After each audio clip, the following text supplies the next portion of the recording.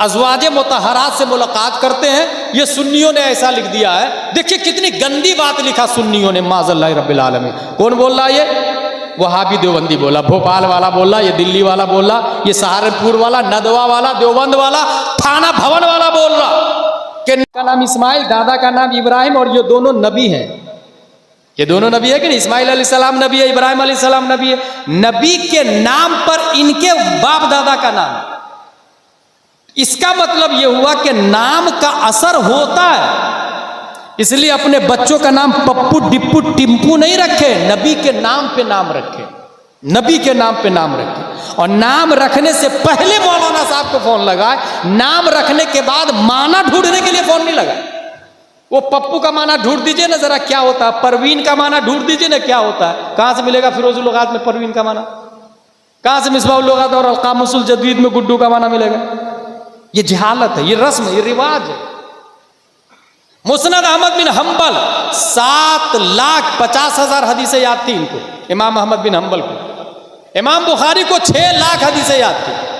امام ابو داؤد کو 5 لاکھ حدیثیں یاد تھی. امام مسلم کو 3 لاکھ حدیثیں یاد تھی. مگر امام بخاری نے بخاری شریف میں بغیر تکرار کے 2,761 حدیثیں کوٹ کیا. اور یاد رکھیے گا بخاری شریف یہ کتاب لکھنے میں 16 سال لگ گئے. 16 سال. اور 3 مرتبہ نظر ثانی کیا ہے. پہلی مرتبہ تو سفر اور حضر میں، اور دوسری مرتبہ خانہ کعبہ میں غسل کر کے 2 رکعت نفل نماز پڑھ کے تبویب کرتے تھے. اس حدیث کو اس باب میں، اس حدیث کو اس باب میں، اس حدیث کو اس باب میں. اور تیسری مرتبہ مسجد نبوی روضہ اور منبر مصطفیٰ کے درمیان بیٹھ کر کے تب یہ کتاب ہماری نظروں کے سامنے میں ہے. آج ہمارے جامعہ قادریہ میں ختم قادریہ بھی آج ہوا ہے، میرے ختم بخاری بھی. اللہ کا لاکھ لاکھ شکر ہے. یہ بخاری شریف کی ایک حدیث شریف بتا دوں میں آپ کو، وہ ہمارے علماء کے بارے میں ہے. عن ابی ہریرہ رضی اللہ عنہ النبی صلی اللہ علیہ وسلم قال كانت بنو اسرائیل تسوسهم الانبیاء كلما هلك نبی خلفه نبی وانه لا نبی بعدی وسيكون خلفاء فيكثرون. قالوا فماذا تأمرنا یا رسول اللہ؟ قال فو ببیعۃ الاول فالاول. یہ حدیث شریف، اس حدیث شریف کا مطلب یہ ہے کہ ماضی میں نبی کے بعد دوسرے نبی آتے تھے، مگر ہمارے نبی کے بعد کوئی نبی نہیں آئے. پھر کیا ہوگا بھائی؟ دین کا نظام کیسے چلے گا؟ فرمایا ہمارے نائب ہوں گے، ہمارے خلفاء ہوں گے، اور العلماء ورثۃ الانبیاء ہوں گے. پھر کیا کرنا ہے؟ بولے جس سے مرید ہونا، جس سے بیعت ہونا، جس عالم دین سے. میں عالم دین اس لیے بول رہا ہوں کہ جو عالم نہیں ہے وہ پیر ہو ہی نہیں سکتا. وہ لولی پاپ دے رہا، پھر جھنجھنا بیچ رہا ہے وہ آپ لوگوں کے ساتھ. آپ پیر ہونے کے لیے عالم ہونا ضروری ہے. تو وہ خلیفہ جو عالم ہے اگر بیعت ہو جائے تو ان کی فرما برداری مضبوطی سے کرے، مضبوطی سے کرے.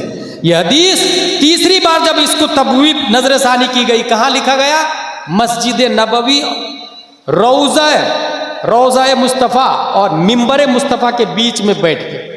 اسی لیے امام بخاری نے خواب میں دیکھا کہ حضور صلی اللہ علیہ وسلم کے داڑھی مبارک پر ڈسٹ ہے، تو وہ صاف کر رہے.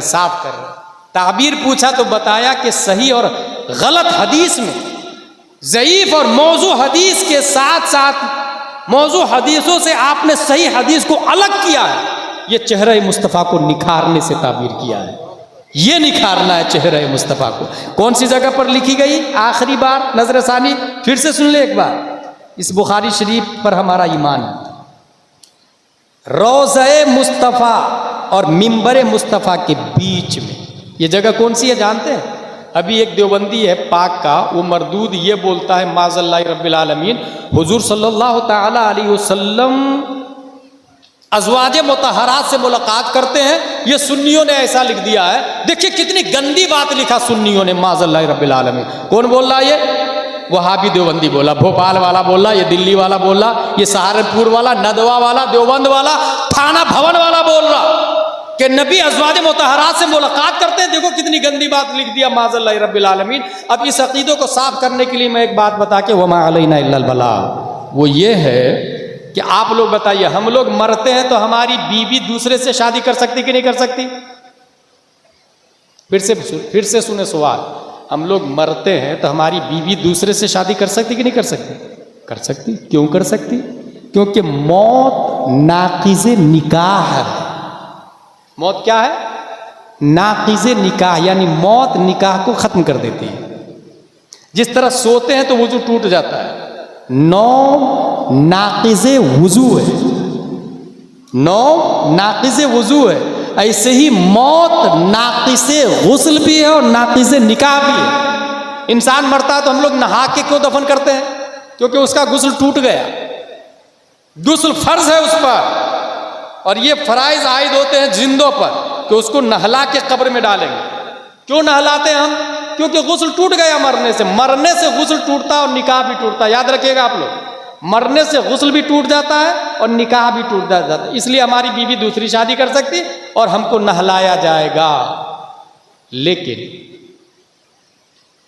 حضور صلی اللہ تعالی علیہ وسلم کی جو ازواج مطہرات ہیں ان کا نکاح انتقال کے بعد میں حرام حرام اشد حرام. ازواج مطہرات، نبی کی بیویاں ازواج مطہرات دوسرا نکاح نہیں کر سکتی. کیوں نہیں کر سکتی بھائی؟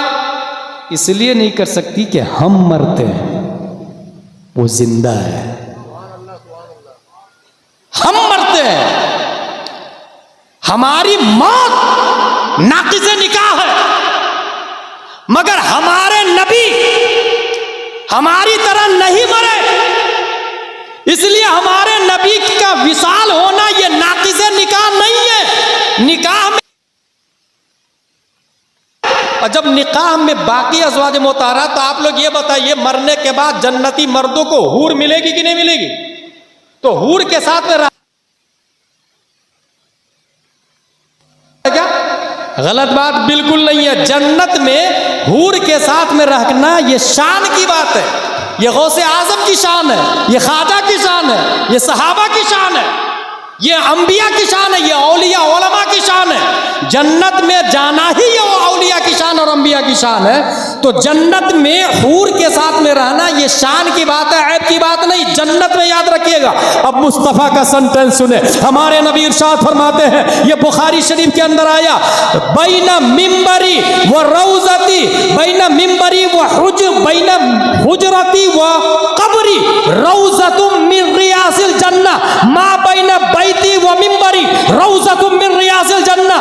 میرے گھر اور میرے ممبر کے درمیان جو جگہ ہے وہ جنت ہے. جنت پتہ یہ چلا دنیا والے بعد میں جنت میں جائیں گے، ہمارے نبی جہاں دفن ہے وہ آج ہی جنت ہے. جنت، اور جنت میں ازواج کے ساتھ اور حوض کے ساتھ میں رہنا یہ عیب نہیں بلکہ یہ شان کی بات ہے. نعرہ تکبیر، نعرہ رسالت، حضرت علامہ غلام جیلانی ازہری، نعرہ تکبیر، نعرہ رسالت، حق ادا کر دیں. واہ واہ واہ، سبحان اللہ سبحان اللہ.